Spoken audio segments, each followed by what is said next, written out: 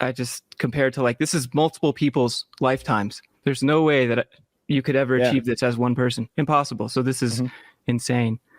Do you guys ever like, I'm sure you've done more meetups than me, but like to me, when I'm looking at my channel, I just see views, and then occasionally I'll poke at CEOs and stuff on LinkedIn, and sometimes my subscribers will go there and also let them know what they think. And it's just so like, it's very like maybe a humbling experience to see the real people and their professional icons and what they do, because everyone's just using their troll names and meme names for their comments that they would normally do. But then you see them like maybe forced to be a little bit more respectful. Like, I don't know. It's just wild because I see a view count and then I don't know. I just like, I sit in my room and rant, and then I've done a bunch of different meetups and gone to a bunch of different events that like, so we've hosted a bunch ourselves. Like our little podcast here has done like multiple paintball events where people would come and join us. That's cool. I've done some of those myself. And then I've gone to a bunch of like events and stuff like that. I find that people are overwhelmingly awesome when you meet them.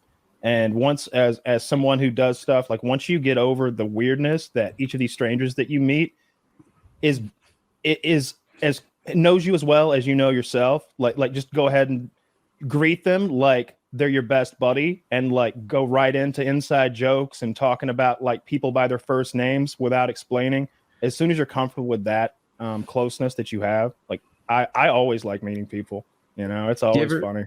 At a meetup, do you ever feel like you don't have enough time to like give them that time they've given you? I imagine that's kind of how I would feel. Like, you've watched so many of my videos. I wish I could talk to you specifically for 20 minutes. My very first one, I did a paintball event in Joliet, Illinois at a place. It was very cold, and I was there for 2 days.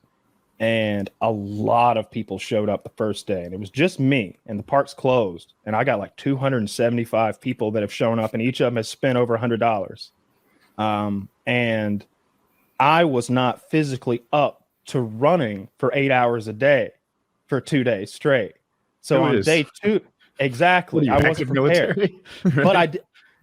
And because like there's so many of them that like they're not all playing simultaneously.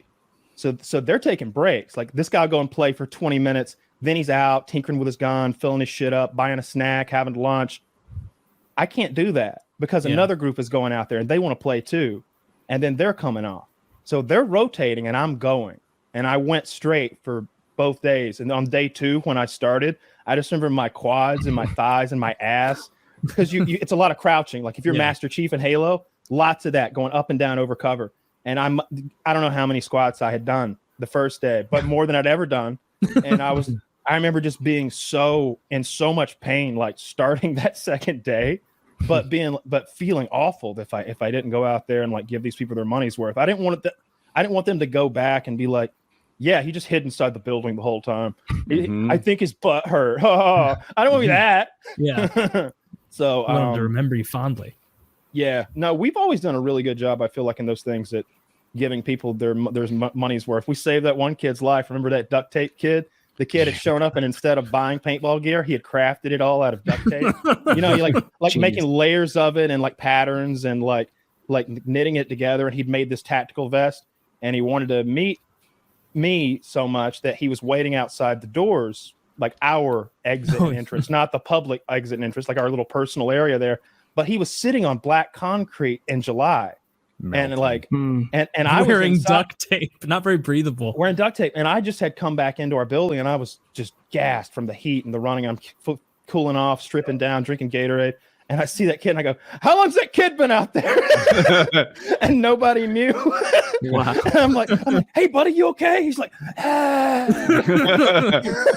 Come in, give me some water. Kyle, like, we gotta get some Gatorade. He was about to die out there. Turns out he's somebody's special needs son of a friend or something like that. I still have a cup that kid gave me. He gave.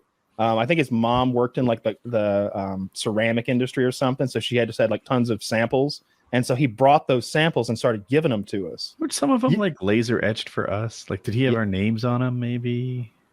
Or that I don't recall, because mine is a Kettle One like copper vodka mug. I think you're supposed to drink like White Russians out of it. I think the copper, something about like Moscow Mule. Thank you. That's what it is.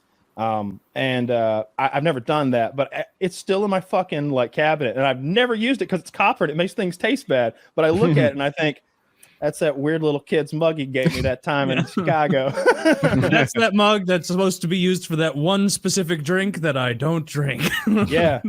But that kid gave it to me, so I held on to it for the last decade. Yeah. Well, you just keep I got a trying bunch of drinks shit out like of it. that. Something will be good. Nah, I think Maybe I actually threw it away milk. in the last move. Milk out of your copper glass.